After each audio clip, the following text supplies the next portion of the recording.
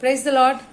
ప్రభు రక్షకుడైన యేసుక్రీస్తు నామంలో సజీవాహిని వీక్షకులందరికీ మరి దేవుని నామంలో వందనాలు తెలియజేసుకుంటున్నాను. గెత్సేమనే నుండి గొల్గొతా అనే ఈ కార్యక్రమం ద్వారా మరి గత కొన్ని రోజులుగా మనము దేవుడు సిలువ వరకు మరి గెత్సేమనే నుండి గొల్గొతా వరకు జరిగిన కొన్ని ఇన్సిడెన్సెస్ని బట్టి మరి అక్కడి నుంచి ఒక విషయాల నుంచి దేవుడు మనతో ఎన్నో విషయాల గురించి మాట్లాడుతూ మనల్ని బలపరుస్తూ వచ్చాడని నేను నమ్ముచున్నాను. అందుకు దేవునికి స్తోత్రం చెల్లిస్తున్నాము.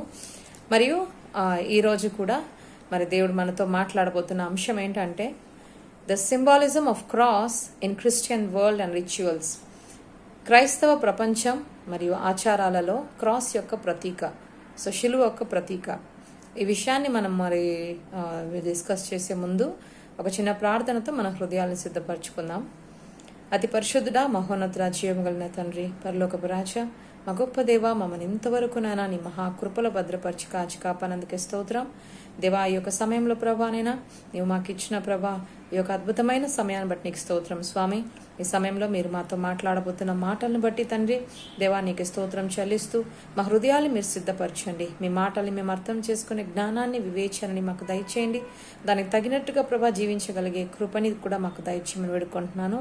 మరి మాట్లాడుతున్న నన్ను కూడా ప్రభా మీరే ఆస్వాదించండి. ప్రభా మాట్లాడుతున్నది నేను కాదు, నీవు స్వామినైనా మీరే ప్రభా ముందుండి ఈ కార్యక్రమం అంతా కూడా నడిపించమని వేడుకుంటూ యేసయ్య అతి పరిశుద్ధ నామంలో ప్రార్థనని వేడుకొని పొందినాం తండ్రి, ఆమేన్. మరియు మనము ఈరోజు మాట్లాడబోతున్న అంశం ఏంటంటే క్రైస్తవ ప్రపంచం మరియు ఆచారాలలో శిలువ యొక్క ప్రతీక. సో శిలువ మనము ఎన్నో దగ్గర చూస్తూ ఉంటాం కదా. ఈ కాలంలో మనము చూస్తామంటే కొంతమంది మరి డాలర్స్గా మెడలో వేసుకుంటారు, ఒక ఆర్నమెంట్గా దాన్ని వాడతారు. అలాగే మనము చూసామంటే ఇండ్ల మీద, ప్రతి ఇంటి మీద మరి కొన్ని క్రాస్ అనేది వేస్తారనమాట. గేట్స్ మీద డిజైన్స్ కానీ మరి ప్రతి ఒక్క ఇంట్లో ఎక్కడో ఒక ఏదో ఒక ఫోటో ఫ్రేమ్లో అయినా కూడా మనం చూసామంటే క్రాస్ అనేది ఉంటుందన్నమాట.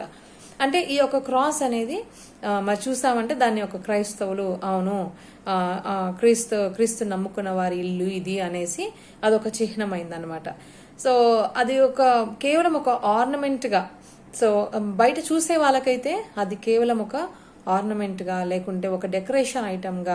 సో క్రాస్ అంటే ఇదొక మరి రిలీజన్కి ఒక చిహ్నము అన్నట్లుగా మరి ఈ కాలంలో క్రాస్ అనే వర్డ్ని మరి ఉపయోగపడుతుంది అనమాట. But actually what is cross? What is the real meaning of cross? ఈ లోకానికి మరి కనపడే క్రాస్ ఏమై ఉంది? మరి నిజంగా దేవుని నమ్ముకున్న మరి యేసుక్రీస్తు సిలువలో ఎందుకు చనిపోయడానికి కారణం తెలిసిన ప్రతి ఒక్కరికి మరి సిలువ ఏమై ఉన్నది అనే మాట మీద మనం మాట్లాడుకుందాం.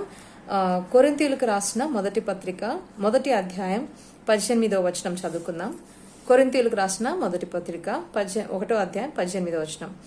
సిలువ గూర్చిన వార్త నశించుచున్న వారికి వెర్రితనము గాని రక్షింపబడుచున్న మనకు దేవుని శక్తి. సో ఏంటంటే సిలువను గూర్చిన వార్త నశించుచున్న వారికి వెర్రితనము గాను కానీ రక్షింపబడుచున్న మనకి దేవుని శక్తి. అయితే ఈ క్రాస్ని మనము కేవలం ఆర్నమెంట్గా కాదు, సో ఏంటంట అది రక్షింపబడిన మనకి సిలువ అనేది ఒక శక్తి అంట.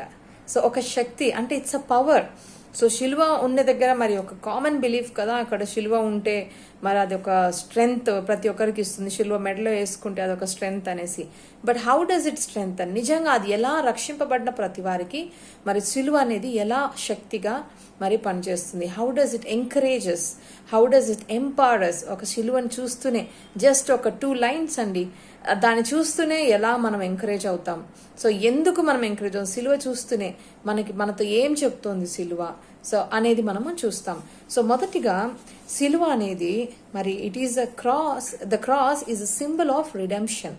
సో సిలువను చూసిన వెంటనే మనకు గుర్తొచ్చేది ఏంటి? విమోచన. సో విమోచన, అదొక విమోచనకి చిహ్నంగా ఉంది. మరి దేని నుంచి విమోచన? సో మొట్టమొదటిగా మనం తెలుసుకున్నది ఏంటంటే మనం పాపులుగా ఉన్నప్పటి నుంచే కూడా ఆయన ఏం చేశాడంట, ఆయన ఉన్నప్పుడే మనల్ని ఆయన విమోచించాడని, రక్తం చేత మనల్ని కొనుక్కొని మనల్ని పాప జీవితం నుంచి ఒక విమోచన అనేది దేవుడు కలుగు చేశాడనమాట. సో మనకి తెలుసు కదా. సో మరి విమోచన మరి ఎలాంటి జీవితం నుంచి దేవుడు మనకి విమోచన కలిగించాడు అనేది మనకు అందరికీ తెలిసిన విషయమే.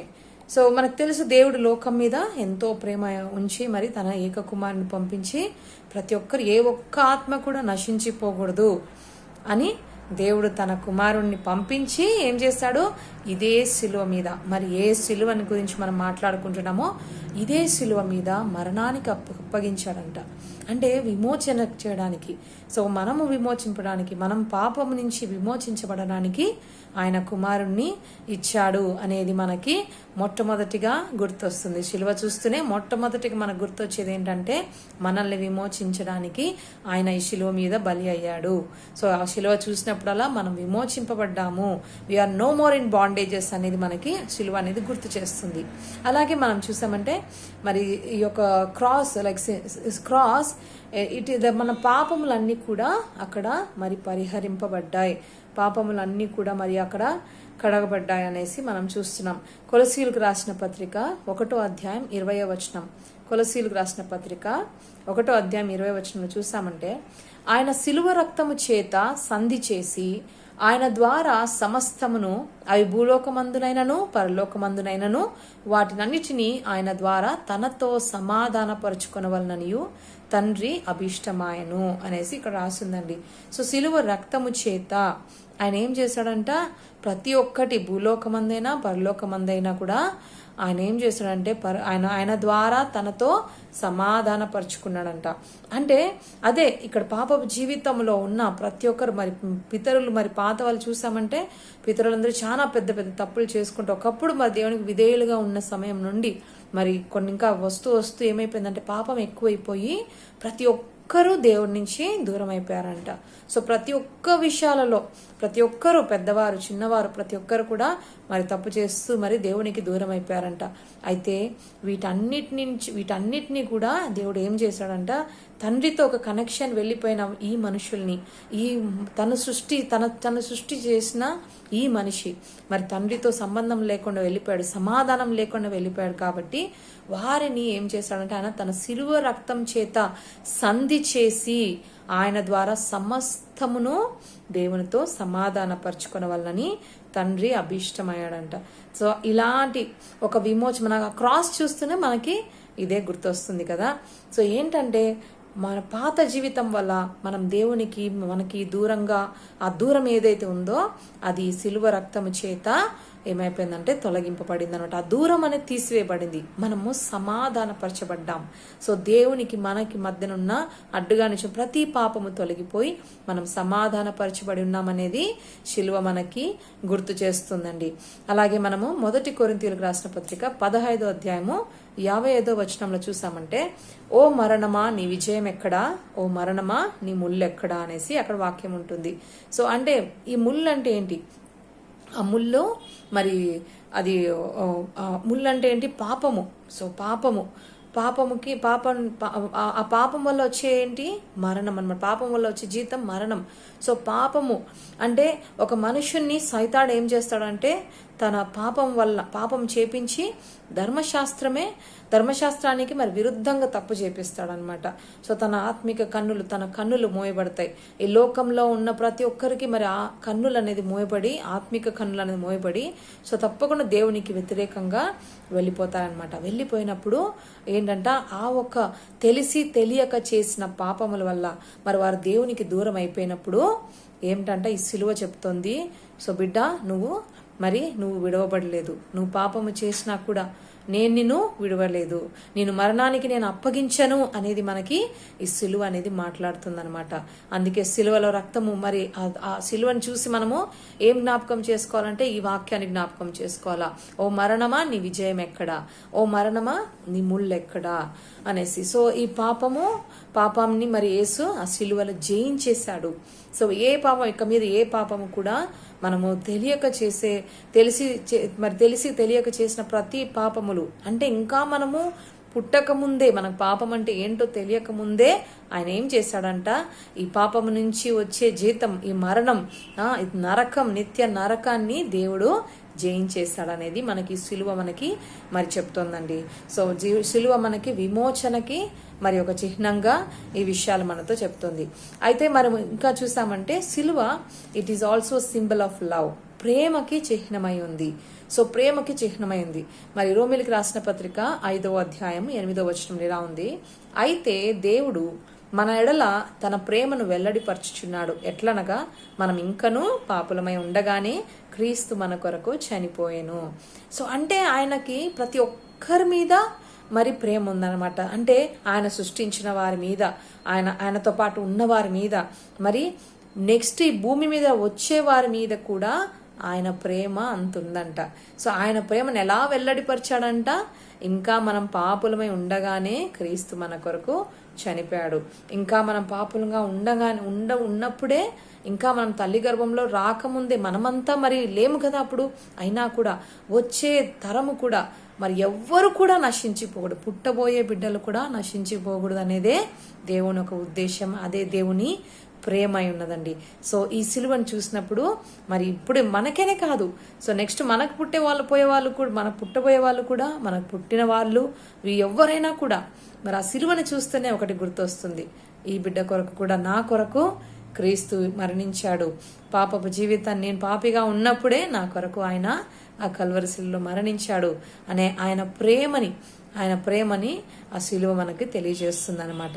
అలాగే మనము చూసామంటే ఆయన మరి ఒక సాక్రిఫిషియల్ లవ్ మనం చూడొచ్చు ఆయనలో. ఎఫెసీయులకు రాసిన పత్రిక 5వ అధ్యాయం 2వ వచనంలో, క్రీస్తు మిమ్మును ప్రేమించి పరిమళ వాసనగా ఉండుటకు మన కొరకు తన్ను తాను దేవునికి అర్పణముగాను బలిగాను అప్పగించుకొనెను, అలాగుననే మీరును ప్రేమ కలిగి నడుచుకొనుడి అనేసి. అంటే ఆయన ప్రేమ ఎలా ఉండాలి, సో మన ప్రేమ ఎలా ఉండాలి అనేది కూడా ఆ సిలువ మనకి నేర్పిస్తుంది అనమాట. ఈ సిలువ ఎలా అంటే ఒక సాక్రిఫిషియల్ లవ్కి ఇదొక చిహ్నంగా ఉంది. ఎలాగంటే క్రీస్తు మనల్ని ప్రేమించి, ఎలా ప్రేమించాడంట, ఎంతవరకు, మన కొరకు తన్ను తానే దేవునికి అర్పణముగాను బలిగాను అర్పించుకున్నాడంట. దేవుడు చెప్తున్నది ఇంతే. నేను ఎలాగైతే, దేవుడు అంటున్నాడు, ఎలాగైతే యేసుక్రీస్తు మరి తన ఒక అథారిటీని వదిలేసి, తన ఒక దైవ కుమారుడు, సర్వ సృష్టికర్తకి కుమారుడు ఆయన, మరి అన్ని ఆయన చెప్పిన వెంటనే చేయడానికి 1000 దూతలు ఉన్నారంట ఆయనతో పాటు. కానీ అవన్నీ ఆయనకి అసలు అవసరం లేదు, ఒక్క దెబ్బ కూడా ఆయన మీద పడాల్సిన అవసరం లేదు. కానీ ఎవరు నశించిపోకూడదు అనే ఆ ప్రేమ కలిగి ఆయన ఎలాగైతే తనను తానే సాక్రిఫైస్ చేసుకున్నాడు, తన అధికారాన్ని సాక్రిఫైస్ చేసుకున్నాడు, మరి ఇంకా ఎన్నో తనకి ఉన్న అసలు ప్రతి ఒక్క ప్రివిలేజ్ని ఆయన సాక్రిఫైస్ చేసుకొని, ఆయన అసలు అర్హతే లేదు అక్కడ ఆ సిలువ మీద ఎక్కడానికి కూడా. ఆయనకి ఈజ్ నాట్ ఎలిజిబుల్ అసలు. అయినా ఆ సిలువని ఎక్కి నీ మీద నా మీద ప్రేమని వెల్లడిపరిచాడో దేవుడు. ఈరోజు దేవుడు అంటున్నాడు, అలాగే మీరు కూడా సాక్రిఫిషియల్ లవ్ కలిగి ఉండాలి. నా సిలువ మీకు నేర్పిస్తున్నది ఇంతే, మీరు కూడా సాక్రిఫిషియల్ లవ్, ఒకరి కొరకు ఒకరు ప్రాణం ఇచ్చేంత వరకు ప్రేమించండి అనేసి దేవుడు చెప్తున్నాడు. ఇలాంటి ప్రేమ మనం చేయడం చాలా కష్టం అండి ఈ కాలంలో. అయినా దేవుడు అంటున్నాడు, నేను చేయగలిగాను అంటే మీరు కూడా తప్పకుండా చేయగలిగే శక్తి మీకు ఉంటుంది అనేసి, ఆ శక్తిని నేను మీకు ఇస్తానని దేవుడు మనతో చెప్తున్నాడు అనమాట. అలాగే మనం చూసామంటే ఈ యొక్క సిలువ, it is also symbol of salvation అంటే మోక్షానికి అదొక మరి చిహ్నంగా, మోక్షానికి చిహ్నంగా ఉంది ఈ యొక్క సాల్వేషన్ అంటే రక్షణకి, మరి మోక్షానికి, ఒక మోక్ష మార్గానికి మరి ఒక చిహ్నంగా కూడా ఈ యొక్క క్రాస్ మనకి నేర్పుతుందండి. సో మనం హెబ్రీయులకు రాసిన పత్రిక 10వ అధ్యాయం 19-20 వచనాలు చదువుకున్నామంటే, సహోదరులారా, యేసు మన కొరకు ప్రతిష్ఠించిన మార్గమున, అనగా నూతనమైనదియు జీవము గలదియు ఆయన శరీరము అను తెర ద్వారా ఏర్పరచబడినది అయిన మార్గమున ఆయన రక్తము వలన పరిశుద్ధ స్థలమునందు ప్రవేశించుటకు మనకు ధైర్యము కలిగి ఉన్నది గనుక అనేసి ఈ వాక్యంలో చూస్తున్నాం. సో అంటే ఇట్స్ లైక్ క్రాస్ మనం చూస్తూనే మనకు గుర్తొచ్చేది మనకి ఇవ్వబడిన ఆ రక్షణ జీవితం, ఆ మోక్ష మార్గం. ఇంతకు ముందు కాలంలో మనం ఓల్డ్ టెస్ట్మెంట్ లో చూసామంటే, సో దేవునికి మనుషులకి మధ్యన మరి కొంతమంది ప్రవాదులు ఉండేవాళ్ళు, మరి మహాయాజకులు, వీళ్ళు మధ్యలో నిలబడి మరి ఈ పక్క నుంచి ఆ పక్కకి మెసేజ్ పాస్ చేస్తూ ఉండేవారు. అంటే ఒక అతి పరిశుద్ధ స్థలం, అంటే దేవుడు నివసించే ఒక స్థలానికి మరి ఎవరికి యాక్సెస్ ఉండేది కాదు కదా. సో ఎవరికి యాక్సెస్ ఉండేది కాదు. అయితే ఒక తెర అనేది వేయబడేది అనమాట. ఒక తెర అనేది ఉండేది, ఒక కర్టన్ లాంటి ఒక అబ్స్ట్రక్షన్ ఉండేది. సో అక్కడికి వెళ్ళాలంటే తప్పకుండా వాళ్ళు స్పెషలైజ్డ్ పర్సన్, చూజన్ పర్సన్, వారు చాలా హోలీగా శాంక్టిఫైడ్ పర్సన్స్గా వాళ్ళు ఉండాలన్నమాట. అలాంటి వారికి మాత్రమే పర్మిషన్ ఉండేది. అయితే ఈ సిలువలో దేవుడు ఏం చేశాడంటే తానే ఒక తెరగా, ఆ ఒక తెర ఏదైతే అడ్డుగా మరి ఉన్నదో పరిశుద్ధ స్థలానికి మరి అతి పరిశుద్ధ స్థలానికి ఒక తెర ఏదైతే ఉన్నదో ఆ యేసు స్వామి మరి ఆ యేసుక్రీస్తు తానే ఒక తెర అయ్యి తానే చీల్చబడి, మరి యేసుస్వామి చనిపోయినప్పుడు వెంటనే ఏమైందండి, చీల్చబడి ఆ ఒక తెర అనేది చినిగిపోయి మరి ప్రతి ఒక్కరికి కూడా ఆ ఒక అతి పరిశుద్ధ స్థలానికి దేవుడు యాక్సెస్ ఇచ్చాడనమాట. అవును, తానే యేసుక్రీస్తునే. ఆ సిలువలో మనం చూసిన వెంటనే మనకు ఒకటి గుర్తొస్తుంది. సో ఒకప్పుడు నేను దేవుణ్ణి డైరెక్ట్గా నేను మాట్లాడలేను, తన తట్టు కళ్ళు తెత్తి చూడడానికి కూడా మనం అర్హులం కాదు. కానీ ఇదే యేసురాజు, యేసుక్రీస్తు మరి తనను తాను చీల్చుకొని ఆ తెర చినిగిపోయినట్టుగా మరి తను కూడా తనను తాను చీల్చుకొని తను మనకి దేవునికి ఒక డైరెక్ట్ యాక్సెస్ అనేది ఇచ్చాడనమాట. ఒక రక్షణ మార్గాన్ని మనకి చూపించాడు. ఆయన ద్వారా ఈ సిలువలో మనకు ఒక రక్షణ ద్వారం అనేది చూపించాడనమాట. సో అందుని బట్టి దేవునికి స్తోత్రం. నిజంగా ఆయన అసలు మనం అర్హులం కాదు దీనికి, అయినా కూడా ఆయన మరి డైరెక్ట్ యాక్సెస్ ఇవ్వాలని ఆశపడ్డాడు. ఎలాంటి మనం ఇంకా బైబిల్లో చూసామంటే చాలా పరిశుద్ధంగా ఉండాలి. ఆ ప్లేస్కి వెళ్ళాలంటే అంత మహాయాజకులు వాళ్ళు ఎప్పుడూ ప్రార్థనలో, ఎప్పుడు వారు దేవునితో సంబంధం కలిగిన ఒక చిన్న పాపం ఉన్నా కూడా వారు అక్కడి నుంచి చనిపోతారంట. అక్కడ చనిపోయి మరి రాలేరు వెనక్కి. అలాంటిది మరి పుట్టగానే పాపలమై పుట్టి ఉన్న మనం తెలిసి తెలియక వాక్యం తెలిసి కూడా ఎన్నోసార్లు తప్పులు చేసిన మనకి దేవుడు అంటున్నాడు, నేనే ఆ తెరని తీసివేశాను, నేను ఆ పాపంని తీసివేశాను. మీరు డైరెక్ట్గా ఇప్పుడు తండ్రితో సంభాషించవచ్చు, తండ్రితో మీరు మాట్లాడచ్చు. మీకు రక్షణ మార్గం, మీకు డైరెక్ట్ యాక్సెస్ నేను పెట్టాను. ఈరోజు నువ్వు సిలువను చూసి నమ్ముతావా? సిలువను యాక్సెప్ట్ చేస్తావా? సిలువను చూసి నువ్వు ఈ సిలువలో యేసయ్య నాకు జయమునిచ్చాడు, మరణం మీద నాకు జయం ఇచ్చాడు, మరి నేను victorious person over my sin, I'm victorious అని నువ్వు నమ్మినట్లయితే దేవుడు అంటున్నాడు, you have direct access to talk to my father, and నువ్వు డైరెక్ట్గా నాతో పరలోకానికి నువ్వు రావచ్చు అనేసి దేవుడు ఈరోజు ఆ సిలువ ద్వారా మనకి మాట్లాడుతున్నాడు. ఒక మోక్ష మార్గము, ఒక రక్షణ మార్గానికి చిహ్నంగా మనకి ఈ యొక్క సిలువ అనేది మరి నిలబడిందనమాట. అలాగే మనము ఎఫెసీయులకు రాసిన పత్రిక 2వ అధ్యాయం 8వ వచనంలో చూసామంటే, మీరు విశ్వాసము ద్వారా కృపచేతనే రక్షింపబడి ఉన్నారు, ఇది మీ వలన కలిగినది కాదు, దేవుని వరమే. అదేమనగా దేవుడు వారి అపరాధములను వారి మీద మోపక క్రీస్తునందు లోకమును తనతో సమాధానపరుచుకొనుచు ఆ సమాధాన వాక్యమును మాకు అప్పగించెను అనేసి రాసింది. అంటే ఇది విశ్వాసము ద్వారా కృపచేతనే రక్షింపబడి ఉన్నారు. సో ఈ యొక్క మరి ఈ రక్షింపబడి మరి యేసయ్య మరి అక్కడికి వెళ్ళాడు అంటే ఆయన మనల్ని సృష్టించాడు కాబట్టి ఆయన మరి చనిపోవాల్సిన అవసరం లేదు. అక్కడ ఆయన సృష్టించాడు, ఆయనకు మాత్రమే నా ప్రేమ. సో మనకు ఉండకూడదు ఆ ప్రేమ. సో తప్పకుండా మనకు కూడా ఆ ప్రేమ అనేది మనం తప్పకుండా మనకు కూడా ఇట్ షుడ్ బి 2 వే కదా.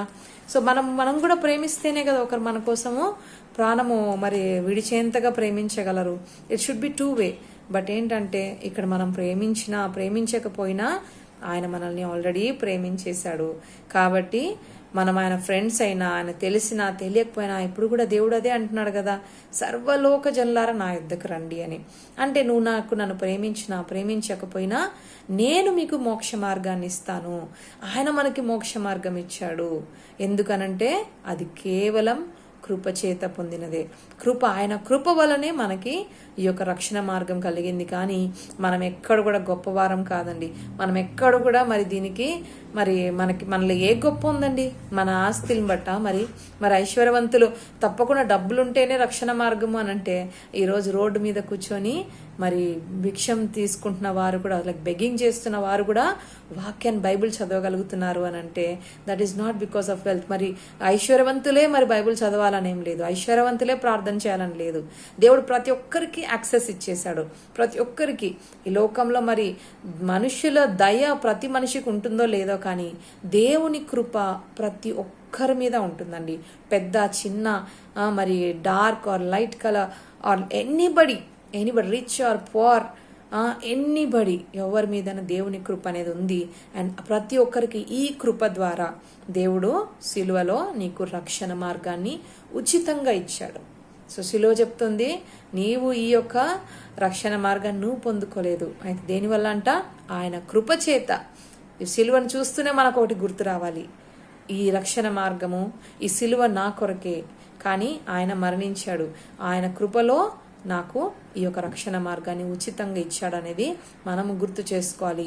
అలాగే మనతో సిలువ ఎలా మాట్లాడుతుందో మనం కూడా ఇతరులకి అలాగే చెప్తూ రావాలన్నమాట. ఈ సిలువలో మరి యేసు స్వామి మరణించాడు, కృపచ్చే మనకి ఈ రక్షణ జీవితం అనేది ఉచితంగా ఇచ్చాడు అనేది మనం కూడా చెప్పుకుంటూ రావాలన్నమాట. మన నడతలో మరి మన జీవితాల్లో మనము ఆ ఒక దేవుని కృపకి సాదృశ్యంగా మనము మరి జీవించాలి. అలాగే మనం చూసామంటే మరి ఇట్స్ 2 కొరింథీయులకు రాసిన పత్రిక 5వ అధ్యాయము 18వ వచనంలో చూసామంటే, సో ఈ యొక్క సాల్వేషన్ లేదా ఈ యొక్క క్రాస్ అనేది విమోచనకి మరి చిహ్నంగా ఉందని చూస్తున్నాం కదా. అలాగే 2 కొరింథీయులకు రాసిన 2వ పత్రిక 5వ అధ్యాయం 18వ వచనంలో చూసామంటే, సమస్తమును దేవుని వలనైనవి, ఆయన మనలను క్రీస్తు ద్వారా తనతో సమాధానపరుచుకొని ఆ సమాధానపరచు పరిచర్యను మాకు అనుగ్రహించెను. సో తనతో సమాధానపరిచే పరిచర్యను మనకి అనుగ్రహించారంట. సమస్తమును దేవుని వలన అయినది, ఆయన మనలను క్రీస్తు ద్వారా తనతో సమాధానపరుచుకున్నాడు. సో ఏం చెప్తుంది క్రాస్ అంటే? ఇక్కడ మనకి సిలువ ఏం చెప్తుందంటే విమోచన గురించి, ఆయన నీతో ఎలా సమాధానపరుచుకున్నాడు, ఆయన నిన్ను సమాధానపరుచుకున్నాడు. సమస్తం ఆయన వల్లనే కలిగింది, మన ఎఫర్ట్ ఏమీ లేదు అక్కడ, మన ఎఫర్ట్ ఏమీ లేదు అసలు. శిలువ మీద వెళ్ళి ఆయన మరణించి మరి ప్రాణం ఇచ్చి ఆయనకి ప్రాణం వెళ్ళి మరి తిరిగి లేచేంత వరకు మన ఎఫర్ట్ ఎక్కడ ఏమీ లేదనమాట. అయినా కూడా ఆయన ఏం చేశాడంట, మనల్ని ఆయన కృపతో మనల్ని ఆయన సమాధానపరుచుకున్నాడు. సో ఆయనతో పాటు మనల్ని సమాధానపరుచుకొని మనల్ని కూడా ఆయన నమ్మిన ప్రతి వారికి, ఆయన ఎలాగ దేవకుమారుడయ్యాడో ఆయన నమ్మిన ప్రతి వారికి దేవకుమారులుగా కుమార్తెలుగా ఆయన అయ్యే అర్హతనిచ్చాడనమాట. అలాగే మనం కూడా నెక్స్ట్ లైన్ ఏం చెప్తుందంట, సమాధానపరచు పరిచర్యను మాకు అనుగ్రహించనని మరి అక్కడ కొరింథీయులకు రాసిన పత్రికలో చూస్తాం.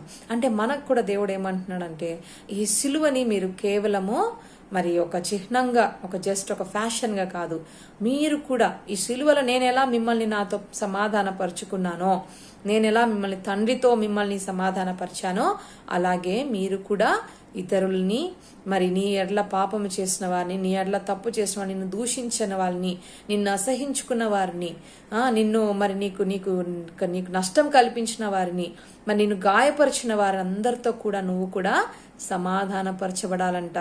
సమాధానపరచబడాలనే ఒక పరిచర్యని దేవుడు నీకు నాకు ఈరోజు ఇచ్చాడనమాట. సో సిలువ ఒకటే చెప్తోంది, సమాధానపరచుకో.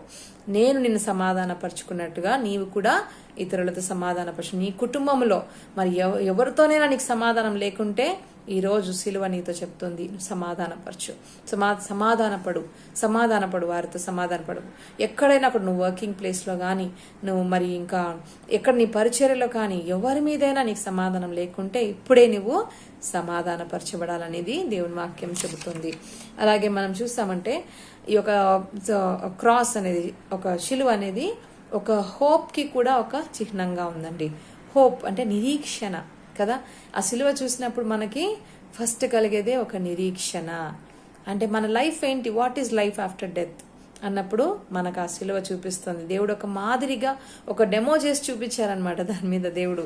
అంటే చనిపోయాక మీరు ఈ లోకంలో పడుతున్న శ్రమలు ఎన్నున్నా, ఆ శ్రమల మధ్యన మీరు వచ్చి నలిగిపోయి మీరు చనిపోయినా కూడా డోంట్ వరీ, మీరు నన్ను నమ్మినట్లయితే, మీరు నన్ను అంగీకరించినట్లయితే you have a hope after death. So ఈ యొక్క చనిపోయిన తర్వాత నిరీక్షణ దేని మీద ఉంటుందంట? నిత్య జీవం మీద మరి నిరీక్షణ ఉంటుంది. మనకి నిరీక్షణ అనేది కనపడుతుంది అక్కడ. మనం చనిపోయాక దేవుడు ఎలాగైతే పునరుత్థానుడై మరణాన్ని గెలిచి లేచాడో, మనము కూడా పాపాన్ని గెలిచాం. మనం ఆ శిలువ మీద పాపాన్ని గెలిచి మనము మన నిత్య జీవాన్ని పొందుకుంటామనే ఒక నిరీక్షణ శిలువ ఈరోజు నీకు నాకు నేర్పిస్తుంది. మనము ఇంకా చూసామంటే యోహాన్ రాసిన పత్రిక 11వ అధ్యాయం 25వ వచనం చూసామంటే, అందుకు యేసు పునరుత్థానమును జీవమును నేనే, నా యందు విశ్వాసించువాడు చనిపోయినను బ్రతుకును అనేసి అక్కడ వాక్యం ఉందన్నమాట. సో అంటే అదే మనం eternal life, it's an assurance of eternal life. సిలువ అనేది it's an assurance of eternal life. So ఆయన యందు నమ్మిక ఉంచిన వారు మనం చనిపోయినా కూడా మనము బ్రతుకుతామంట. అంటే శారీరకంగా చనిపోయినా కూడా మరి తప్పకుండా నిత్య జీవములో మనము అడుగు పెడతాం. ఎప్పుడు సంతోషం, ఎప్పుడు ఆనందం ఉండే ఒక జీవితంలోకి మనము అడుగు పెడతామనే ఒక నిరీక్షణ మనకి శిలువ ఈరోజు కలుగజేస్తుంది మనలో. అలాగే మనం చూసామంటే, so it is a comfort in times of sufferings.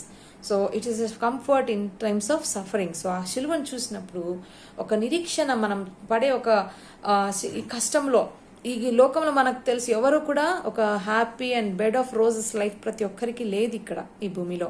ఎంత వెల్త్ ఉన్నా కూడా, ఎంత ఐశ్వర్యం ఉన్నా కూడా ఒక నెమ్మది అనేది ఉండదండి, అందరికీ ఉండదు. సో ఆ ఒక మరి ప్రతి ఒక్కరి జీవితంలో ఏదో ఒక సఫరింగ్స్ గుండా ప్రతి ఒక్కరూ వెళ్తూనే ఉన్నారనమాట.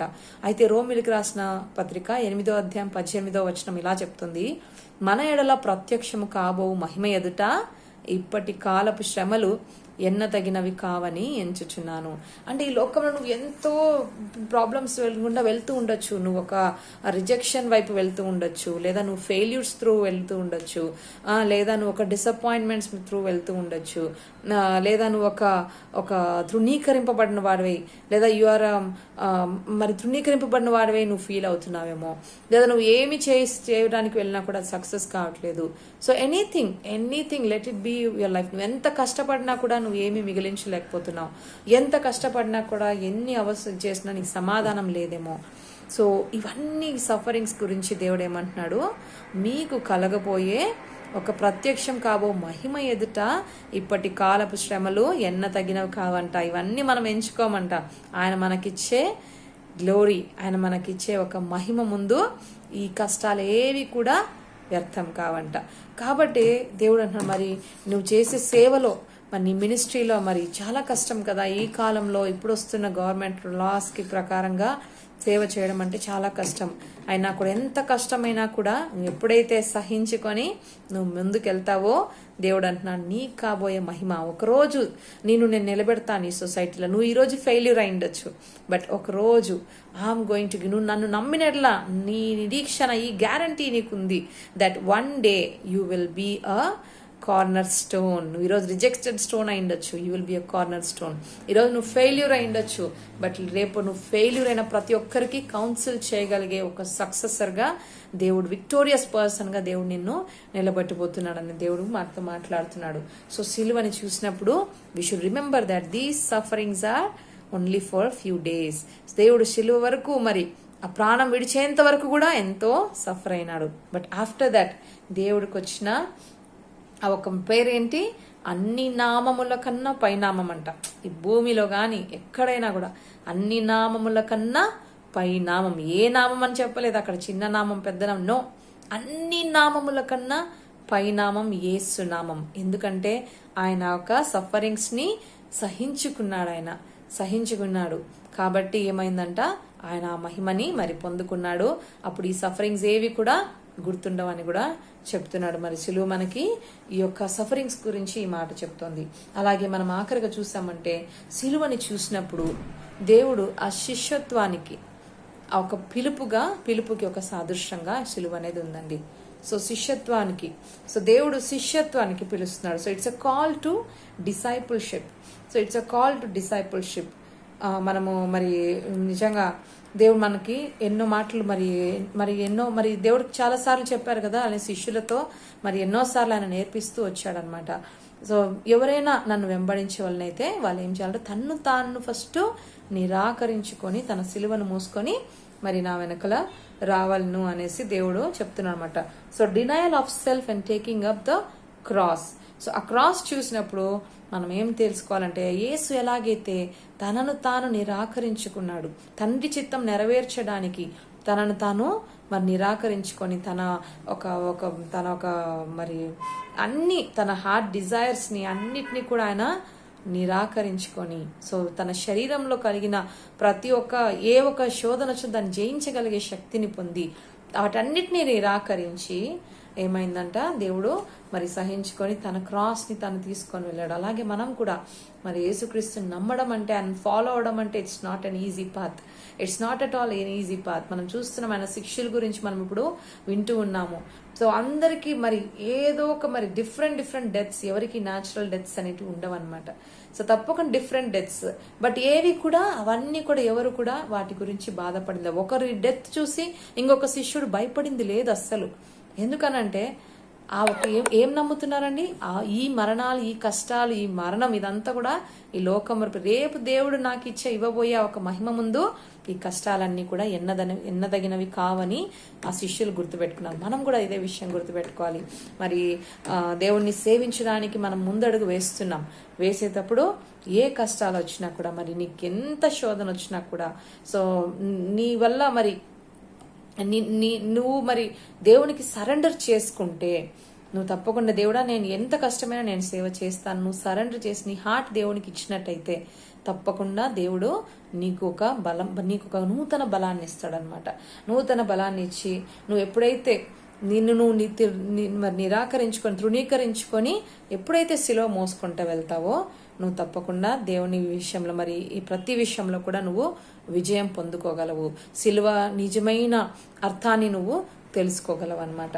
అలాగే మనము చూసామంటే, so it's an example of humility. So ఫిలిప్పీలకు రాసిన పత్రిక 2వ అధ్యాయం 5వ వచనం, ఫిలిప్పీలకు రాసిన పత్రిక 2వ అధ్యాయము 5వ వచనం చూసామంటే, క్రీస్తు యేసునకు కలిగిన ఈ మనస్సు మీరును కలిగి ఉండుడి.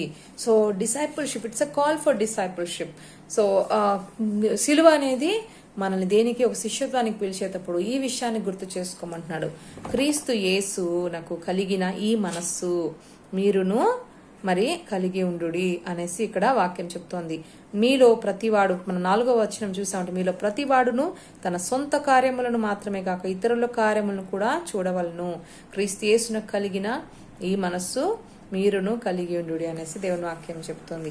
సో క్రీస్తు యేసు తను మరి ఈ లోకానికి వచ్చి శిష్యులకి ఎలాగా ఈ లోకంలో మరి జయిస్తూ మరి శ్రమలు అనుభవిస్తూ వాటిని ఎలా ఎదిరించాలో, మరి ఒక ప్రార్థన జీవితంతో విశ్వాసాన్ని ఎలా బలపరుచుకోవాలో ఎలా యేసయ్య మరి నేర్పించుకుంటూ వచ్చాడో అదే మనసు కలిగి మనం కూడా మరి మనల్ని మనం బలపరుచుకుంటూ, ఆయన సేవలో మనల్ని మనం బలపరుచుకుంటూ, మనల్ని ఎంగేజ్ చేసుకుంటూ మన చుట్టూ ఉన్న వాళ్ళని కూడా మనం మోటివేట్ చేయాలనేదే ఈ యొక్క సిలువ ఒక మెసేజ్ మనకి. సో శిష్యత్వం అంటే మరి అన్ని మన పనులు విడిచిపోవాల్సిన అవసరం లేదు. సో మీ జాబ్స్ వదిలేసి మరి దేవుడు నన్ను వెంబడించి అనట్లేదు. నువ్వు ఎక్కడున్నా కూడా you preach what I taught on cross. So దేవుడు ఆ సిలువలో మరి ఏం చెప్పాడో ఆ ఒక విషయాన్ని ఎక్కడున్నా కూడా, నీ యొక్క ఆఫీస్లో కావచ్చు, నువ్వు ఒక సాక్షికరంగా ఒక డిసైపుల్ ఆఫ్ గాడ్గా నువ్వు జీవించమని దేవుడు చెప్తున్నాడు. నువ్వు ఎక్కడున్నా కూడా సో నీవు మరి దేవుని మనస్సు కలిగి ఇతరుల పనులలో కూడా మీరు సహాయకులుగా ఉండి, మరి ఇతరుల ఆత్మల కొరకు భారం కలిగి వారి యొక్క ప్రాబ్లమ్స్ గురించి మీరు ప్రార్థిస్తూ, మరి వారిని వాక్యంతో బలపరుస్తూ, మరి ఆదరిస్తూ దేవుని ప్రేమ చూపిస్తూ ఉండాలనేదే ఈ యొక్క సిలువక ఉద్దేశం ఉందన్నమాట. సో ఇలాగ దేవుడు మనల్ని బలపరిచి వాక్యంతో మరి మనం బలపరిచాడని నమ్ముచున్నాను.